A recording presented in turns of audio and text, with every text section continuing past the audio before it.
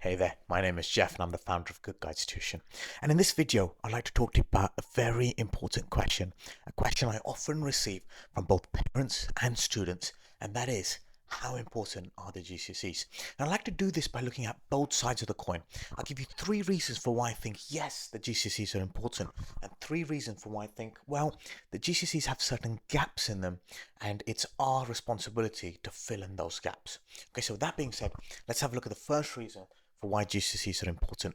Well, GCSEs are important because they act as a signal to academic institutions, sixth forms and universities, that you can do well in an academic setting.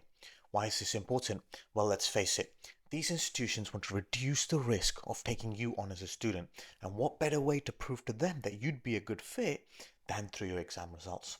The second reason for why GCSEs can be important is because certain sixth forms and colleges will require you to have done GCSEs so that you can then take them on at a higher level. This is for subjects like computer science and the languages. But it's really a conversation to be had with those particular institutions because the rules can vary depending on which colleges and sixth forms we're talking about. Now, the third reason, and in my opinion, this reason dwarfs the other two reasons that I've just spoken about. And believe it or not, it doesn't actually have much to do with academics, strictly speaking. It's my belief that the GCSEs allow students to develop certain belief systems and skill sets which not only serve them well during the GCSE journey, but well beyond that as well. What am I talking about? Well, let's think about the GCSEs. They are difficult. There are on average 9 to 10 subjects which the students have to juggle along with other commitments, extracurricular activities, etc., etc. And on top of this, we all have our own strengths. We're different. And so some subjects you may find a little bit more difficult or challenging than others, right? So in order to really do well in this kind of a pressurized situation environment where, there are targets, there are deadlines, you need to develop certain skill sets. These include time management, being able to set goals, being able to see what action is required to hit those goals, right? And then reassessing, reevaluating how you've done. On top of this, with the right support system, you would need to really be able to motivate yourself. You would need to develop self-discipline, right? And also, to a certain level, you would need to develop self-confidence because you would need to be confident in your abilities and say, look, I've done the work. And so finally, hard work and perseverance. You have to work hard and persevere to do well in the GCSEs. And I think those are the real traits that the GCSEs allow you to develop. And so that's something, I always tell my students, I commend my students as they're working hard, and I tell them, look, you are developing skill sets as you're revising and working for the GCSEs that will serve you really well all throughout your life.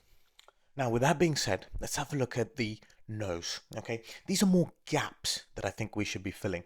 So the first one is the fact that, look, the GCSEs still have a lot of memorization, rote learning.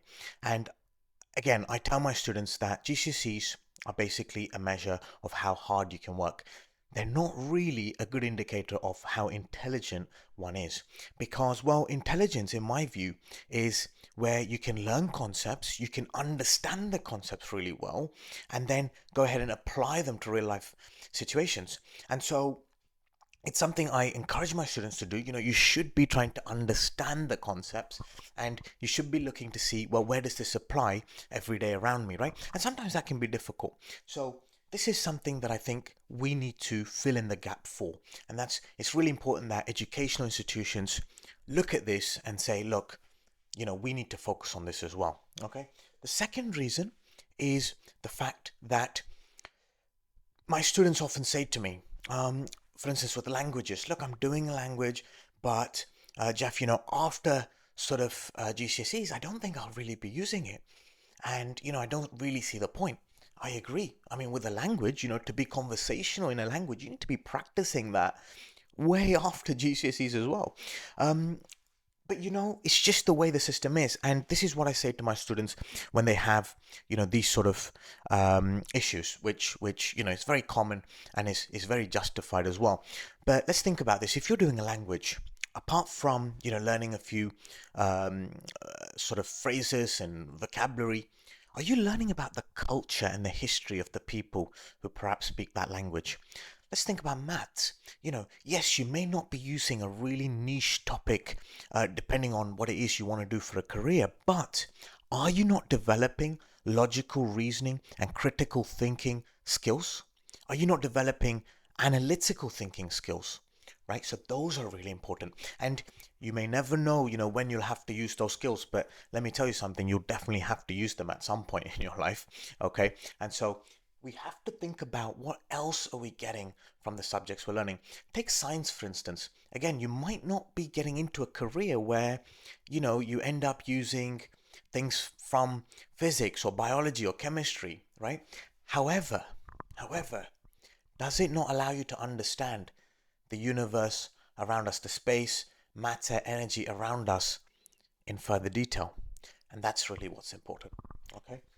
Now, the final reason, and this is quite personal. So, you know, I've been fortunate in the sense that, I've really been able to complete the GCSEs. I've done the international baccalaureate. I've gone on to a top university to study a really good degree subject. And then I've had a successful career in investment banking, and human resources as well at top institutions. Now, one thing that I often find when I, speak with students, when I speak with even graduates, is there is a lack of soft skills that our academic, educational sort of system does not provide. And for sure, the GCSEs don't seem to, emphasize or try to, focus on soft skills. Now, these are really important. And on top of those soft skills, the world is evolving so fast that we need to look at so many technical skills now that are coming up, right? And that are going to change the face off most industries as we know it. And so, is it not important that we start looking at these as well? And so, what I'd like to say is at Good Guides Tuition, we focus on these three gaps as well. And this is something we're constantly looking to do because we care about our students and we care about our students' future. And so this is something that, I would say for all the students, parents watching, think about it. Think about how you're going to focus on this as well. Okay. With that being said, well, the question is, how important are the GCSEs? And let me end this by saying, I've got a social mobility sort of background. And for me, the GCSEs have been critical.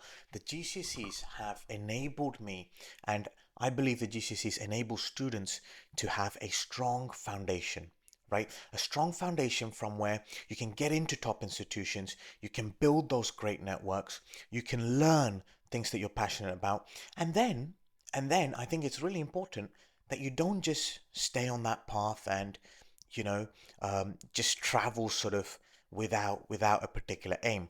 I think you should use the GCSEs to create a strong foundation, and then you should start seeing, well, what is it that I'm truly passionate about? Because I've got this strong foundation now, I can look at what really interests me, what really gets me motivated, and then you should focus in on that, and you should, try to become the best in whatever it is that you're doing. So with that being said, I hope you found this video useful. If you have any questions, please feel free to get in touch. If you think we can support you with your academic journey or your professional journey, please get in touch and we'd be more than happy to speak with you. Take care. Speak soon.